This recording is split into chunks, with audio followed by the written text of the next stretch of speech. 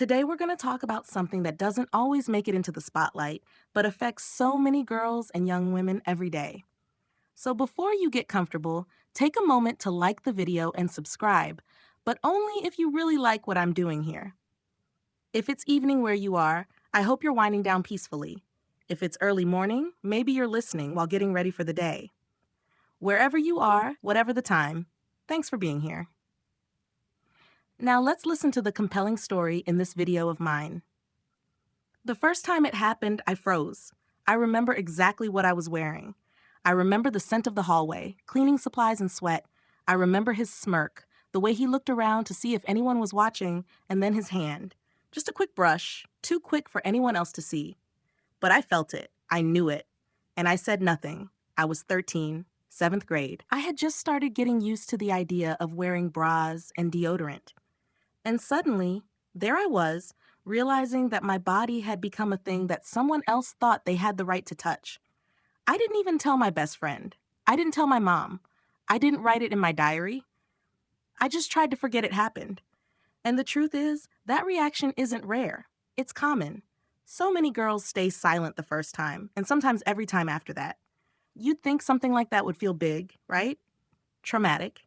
But the strange thing is, it felt small at first, like a mosquito bite. Something uncomfortable, but something I could swat away. I even started wondering if I had imagined it. Was I being dramatic? Was I confusing an accidental bump for something more? That's one of the traps of harassment. It's slippery. It happens in spaces where girls are taught to keep the peace, not make a scene. I didn't scream. I didn't push him. I didn't cry. I just kept walking to class, heart racing, cheeks burning, wondering if I should turn around and say something, do something. But I didn't. Part of me was scared that no one would care. And that's a brutal truth, isn't it? We learn it early. Some things happen to girls, and people just shrug. Boys will be boys. Don't make it a big deal. Maybe it was just a joke. He probably didn't mean anything by it. But I knew. I knew by the way he looked at me and how he smirked when he got away with it. I knew by the way I felt afterward. Gross, invaded, like I wanted to scrub off my skin in the shower. Still, I said nothing. I went home, ate dinner with my family, did my homework. I watched a show and laughed at the jokes. I acted normal. Because if I pretended it didn't happen, maybe it really didn't happen. Maybe it would go away. The problem is, it didn't. Not the next day. Not the day after that. Because he kept doing it. A touch here. A whisper there. A brush that lingered too long. He never got caught. He never even got confronted. And each time I got better at staying quiet, better at pretending nothing was wrong. And that's how the silence starts. Not with something huge and dramatic, but with something small, something slippery, something that feels too confusing or embarrassing to name. I wish I had known back then that silence wasn't strength, that pretending I was okay didn't mean I was okay, that someone else's bad behavior wasn't my shame to carry.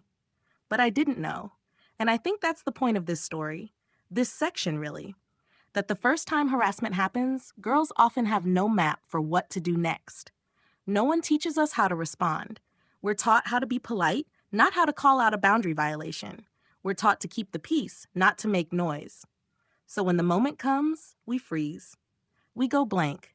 And afterward, the silence feels safer than the risk of speaking up.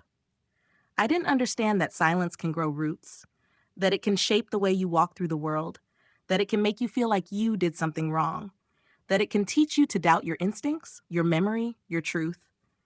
For years, I carried that moment, and the ones that followed, like a stone in my pocket. Heavy. Always there. Something I didn't talk about, but never really forgot. And I wasn't the only one. Years later, I found out other girls had similar stories. Some of them about the same guy. Some about different people, different schools, different towns. But the silence was the same. The shame was the same. The confusion, the hesitation, the fear, it was all the same. Why do so many girls stay silent the first time?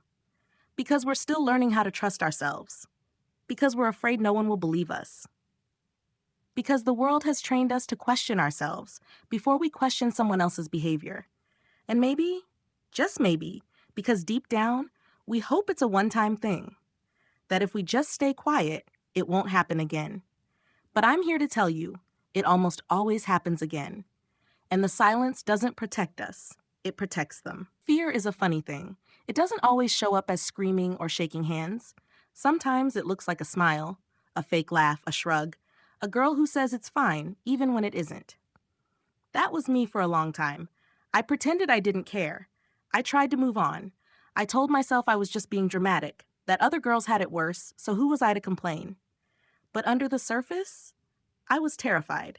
Terrified of what would happen if I did speak up. And more than anything, I was scared no one would believe me. You see, it's not just the harassment itself that messes with you. It's what happens after, or more accurately, what doesn't happen. Because when you finally muster the courage to tell someone and they look at you with doubt, or worse, with pity, that moment becomes another kind of wound. The first time I told someone, a teacher, I kept it vague. I said, "He makes me uncomfortable." Her reply? "Just ignore him, sweetie. He probably has a crush on you." I remember standing there stunned. Like, what? That was it? I had expected something, anything, that showed she was taking me seriously. But instead, she brushed it off like it was no big deal. That's when I learned the real danger of speaking up, being dismissed. I wish I could say that was a one-off, but it wasn't. I tried again, this time with a friend. Her response? "Are you sure? He's always been nice to me." Boom, another wall. And the worst part was, I started to question myself all over again. Maybe I had misunderstood. Maybe it wasn't that bad. Maybe it was all in my head. This is what happens to girls everywhere. We're taught to second-guess ourselves constantly, to overthink, to take responsibility for other people's behavior. We're trained to be nice, to give people the benefit of the doubt. And when we speak up and aren't believed, that's a special kind of betrayal. There's something deeply disorienting about knowing your truth, living it, and then being told, either outright or indirectly, that it didn't really happen, or that it wasn't serious, or that you should feel flattered. That's how silence becomes safer than honesty.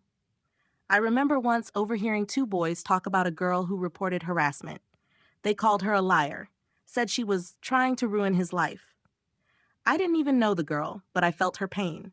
Because that's the other fear, the fear that you'll be the one punished. Not just not believed, not just brushed off, but actively targeted. Called names, ostracized, labeled a troublemaker, a drama queen, a liar. Girls learn quickly that telling the truth can cost them their reputation, their friendships, even their safety. And when the system is stacked against you, staying silent feels like self-preservation. It's not just in school either. It's at home too. I once tried to bring it up with a family member, an aunt, someone I thought would understand. Her response? "Just be more careful next time. Don't wear things that draw attention." That crushed me, because instead of comforting me, she blamed me. And I get it now. She probably thought she was giving me advice. But what she really gave me was shame.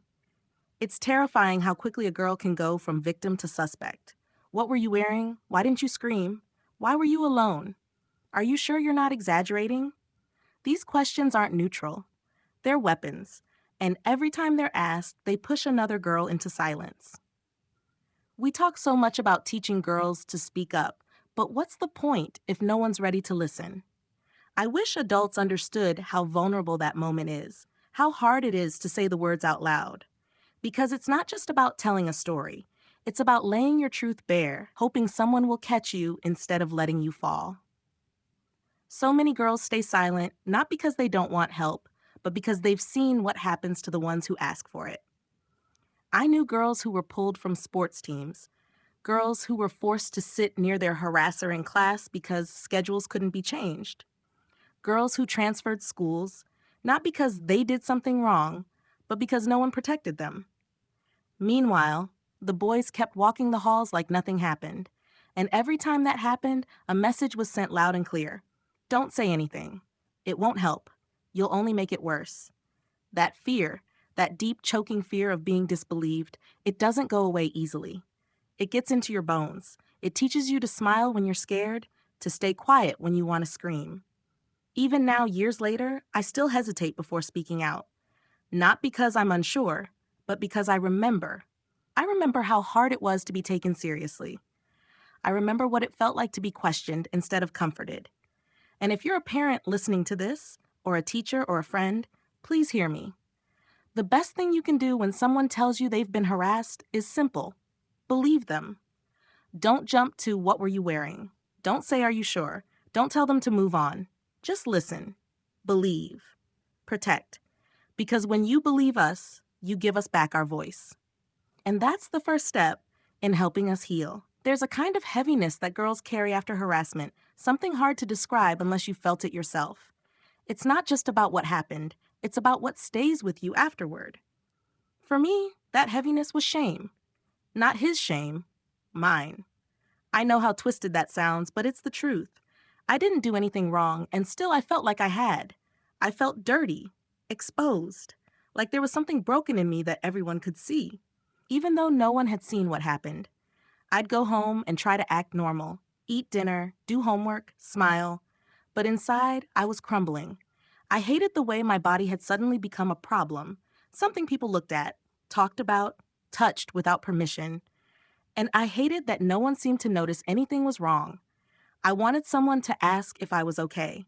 But at the same time, I didn't want anyone to know. That's the paradox of shame. It isolates you and silences you at the same time. It convinces you that you're the one who caused the situation. That if you were just smarter, or wore different clothes, or spoke up faster, maybe it wouldn't have happened. I started blaming myself for everything. I stopped wearing certain outfits. I avoided certain hallways. I skipped class when I knew he'd be there. I laughed off jokes that made me uncomfortable. I pretended to be chill, unbothered, cool. But inside, I hated that I was changing my whole life just to avoid him. That's what harassment does. It doesn't end when the moment ends. It lingers. It shapes how you move through the world, how you see yourself. I started hating my own body. I slouched more. I wore oversized sweatshirts. I stopped looking people in the eye. I didn't want anyone to notice me, because I thought maybe, if I became invisible, the problem would disappear too. But it didn't, because shame isn't just about what happened to you. It's about what you carry afterward. And here's the cruelest part. Shame thrives in silence. It grows in the dark, feeding off isolation, and the longer you carry it alone, the heavier it gets. I wish someone had told me that what I was feeling wasn't my fault, that shame is a normal reaction to trauma, but it doesn't mean you did something wrong. But no one said that. What I heard instead, directly or indirectly, was that good girls don't get into situations like this. That if something happened to me, it must be because I was asking for it in some way. Too friendly, too flirty, too loud, too much. So I shut down. I lost my confidence. I stopped raising my hand in class. I stopped dreaming out loud. I just retreated. It's hard to explain how deeply shame can burrow into you. It touches everything, your friendships, your schoolwork, your goals, your joy, and it's invisible. You can walk around smiling while feeling like a failure inside. I remember sitting in my room, staring at the ceiling and thinking, maybe it really is me. That's how warped my thinking had become. I was so sure that I had brought it all on myself. But here's what I know now, and what I wish I had known then. Shame is a lie. Shame whispers that you're ruined, that no one will believe you, that no one cares. It makes you carry the weight of someone else's actions, and the only way to break it is to speak it. But I wasn't there yet. At that point, I still believed I was safer in silence. I was surviving, not living. I remember seeing girls in movies who fought back, who yelled, who reported things and got justice, and I wanted so badly to be that kind of girl. But I wasn't. I was the kind who smiled to keep the peace, who said she was fine when she wasn't. I was ashamed of not being braver, but here's another truth I've learned. Survival is brave too. Just getting through the day, carrying that invisible weight, pretending everything's fine, that takes strength, even if no one sees it. If you're listening to this and you felt that same shame, I want you to hear me now. You didn't deserve what happened to you. And the way you responded doesn't make you weak. It makes you human. We need to stop asking why girls don't come forward and start asking why they feel so ashamed in the first place. Because when a girl is harassed and then left to carry the shame alone, the damage multiplies. Not just to her self-esteem, but to her sense of safety, to her ability to trust, to her belief that the world is a place where she's valued. That kind of damage doesn't go away with time. It needs to be named, held, healed. And healing starts when someone says, I believe you.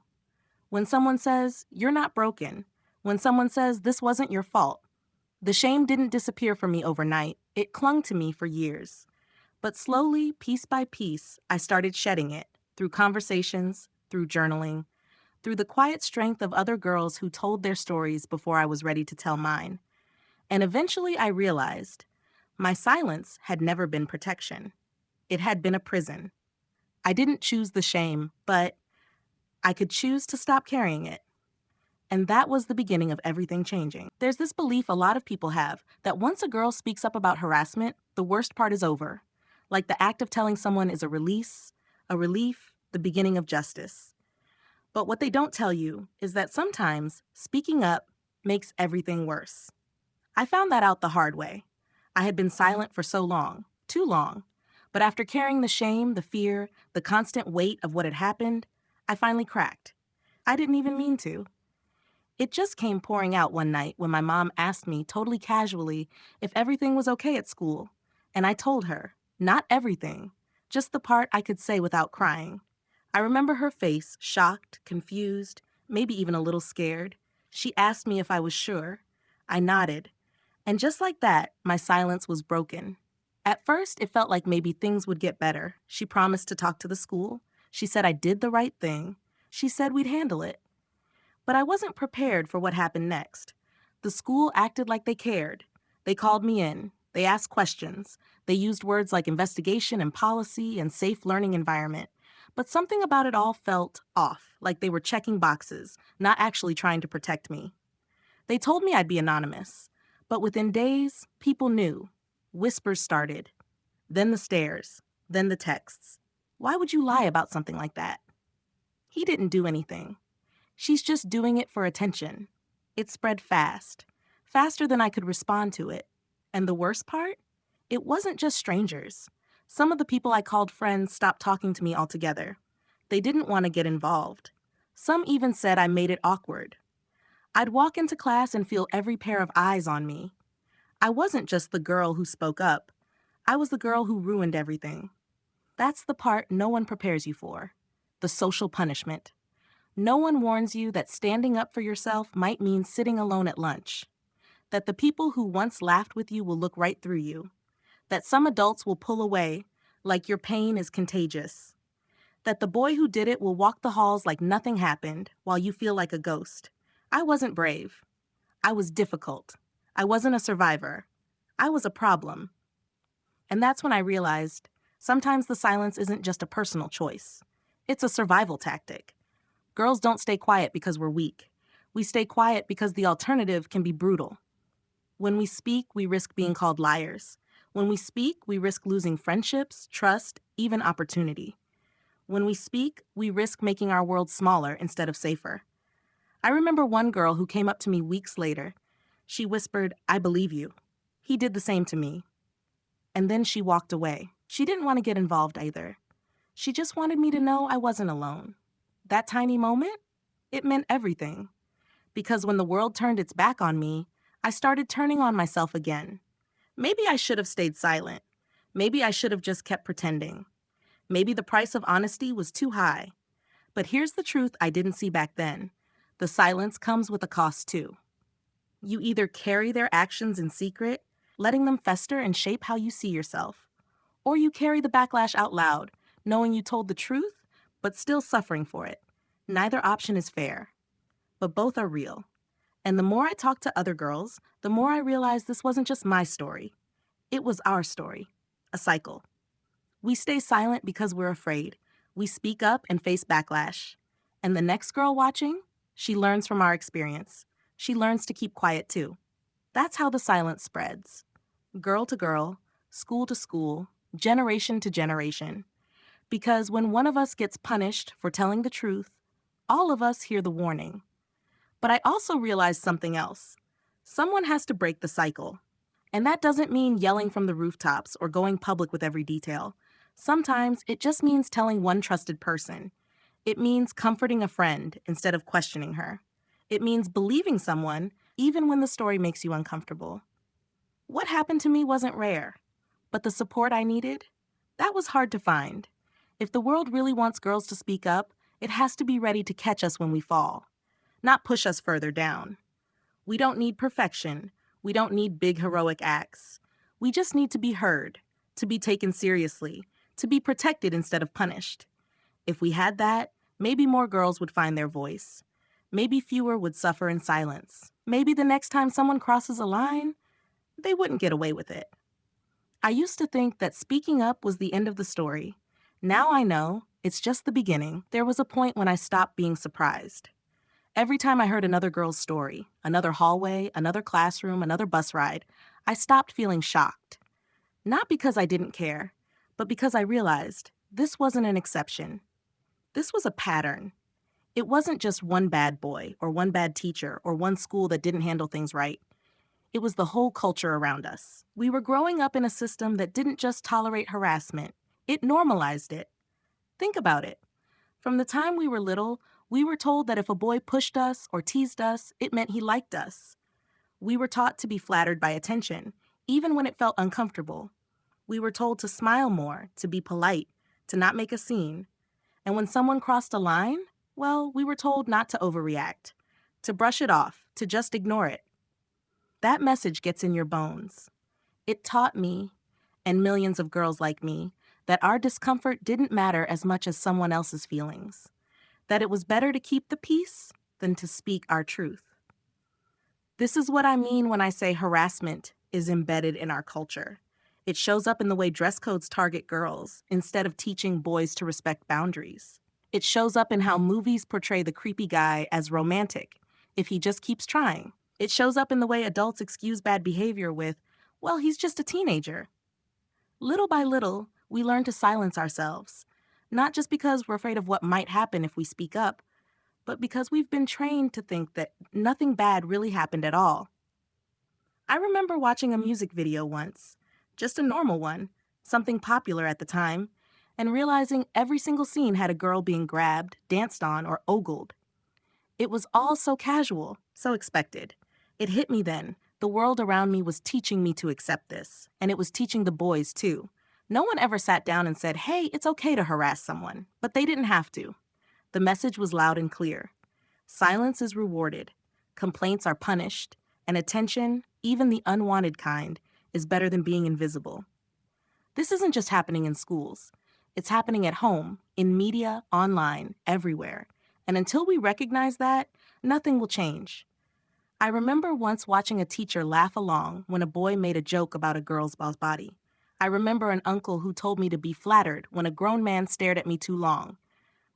I remember magazines aimed at teen girls that focus more on how to get a boyfriend than on how to set boundaries. The culture we grow up in shapes what we believe we deserve. And when that culture tells us we're supposed to be desirable, but not too loud, attractive, but not assertive, nice, but not confrontational, we learn that being harassed is just part of the deal. That's the hidden curriculum, the one no one admits to teaching.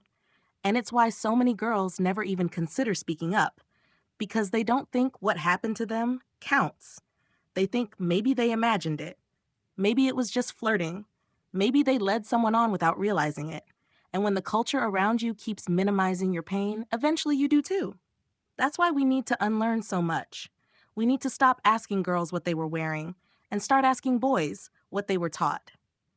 We need to stop acting like boundaries are optional. We need to stop laughing at jokes that aren't funny. Because the silence girls carry isn't just about fear. It's about confusion. It's about the messages we've absorbed over time, the ones that taught us to be quiet and compliant instead of bold and clear. You want to know why so many girls don't speak up? Because no one ever told them they could. No one ever said, you deserve to feel safe in your own skin. No one ever modeled what it looks like to say, that's not okay. No one ever protected them when it counted most. But we can change that. Not overnight, but moment by moment. It starts with what we say at the dinner table. It starts with what we allow in our group chats. It starts with how we react when someone tells us something hard. We create the culture. We are the culture. And we can either keep pretending that silence means safety, or we can admit that silence is the shield predators count on. I'm not saying it's easy. I'm saying it's necessary. because the more we keep things unspoken, the more the harm multiplies. And I don't want the next generation of girls to think that being quiet is the only way to survive. I want them to know that their voice matters, that their boundaries are valid, that their stories deserve to be heard, fully, respectfully, without apology, and that the culture that taught them to stay quiet, it doesn't define them. It can be rewritten. I didn't plan to speak up. Not really. For the longest time, I told myself that part of my life was over, that what happened was just a chapter I had quietly closed. I had made it through school, I had moved on, I was healing, or at least I was trying. But silence isn't the same as peace, and deep down, I knew it. It wasn't until I heard someone else share her story that everything inside me cracked open again. It was during a college workshop. Nothing dramatic, just a circle of students sitting in a classroom, sharing experiences about navigating gender and safety. And then this girl, I didn't even know her name, started talking about how she'd been harassed in high school, how she told a teacher, how no one believed her, how she started to think maybe she had imagined it. And suddenly, I couldn't breathe because it was like she was telling my story. Her voice was shaking, but she didn't stop. She didn't apologize. She didn't sugarcoat. She just laid it out there, raw and real. And the room didn't laugh. No one rolled their eyes. They listened. I listened. And in that moment, I realized this is what I had needed all along, to hear someone say it out loud, to know I wasn't crazy, to know I wasn't alone. That's what finally made me speak up. Not because I had some grand plan to be an activist or a whistleblower, not because I wanted revenge, but because I realized that my silence wasn't protecting anyone, least of all me. It was only protecting the lie that what happened didn't matter. So I started small. I told a friend, a real one, someone I trusted. Her eyes didn't widen in shock. She didn't ask if I was sure. She said, "Thank you for telling me. That wasn't okay. I'm sorry that happened to you." And it was like something shifted inside me. Not everything, but enough. I started writing about it. Not in public yet, just in a journal. I stopped blaming myself. I started remembering the details, not to relive them, but to reclaim them. Eventually, I shared my story in that same classroom. Weeks later, I shook the whole time. My voice cracked. My hands were ice cold, but I got through it. And afterward, 3 girls came up to me. One of them said, "I didn't know I was allowed to talk about this until now." And that's when I knew I hadn't just broken my silence for me. I'd broken it for them too. Because when one girl speaks, it gives another girl permission to do the same. That's the power of voice. That's the power of truth. That's how change begins, not with systems, not with headlines, but with people choosing to tell the truth, even when it's hard. The most important thing I learned is that healing isn't linear. You don't wake up one day and feel fine. But the more you talk about it, the more you connect with others, the less power the past holds over you. And here's what else I've learned, in case you need to hear it right now. You are not responsible for someone else's choices. What happened to you is not your fault. You are allowed to be angry. You are allowed to be sad. You are allowed to take your time. But most of all, you are allowed to speak. Even if your voice shakes, even if people don't believe you, even if you were silent for years, it's never too late to tell your truth. For me, speaking up didn't fix everything. It didn't erase the memories, but it gave me back something I didn't even know I'd lost: myself. And once I found my voice again, I promised I wouldn't let it go quiet. Because I know now that silence only helps the people who want us to stay small. But our voices, they help us grow. They help us heal. They help each other. If you're listening to this and you're still holding something inside, something painful, something unspoken, I want you to know your story matters. Even if you don't tell it today, even if you never tell it out loud, just knowing your truth is powerful. And when you're ready, I hope you share it, because someone out there needs to hear it, just like I needed to hear hers. Finish the script, enjoy listening, and subscribe to the channel to see the next video.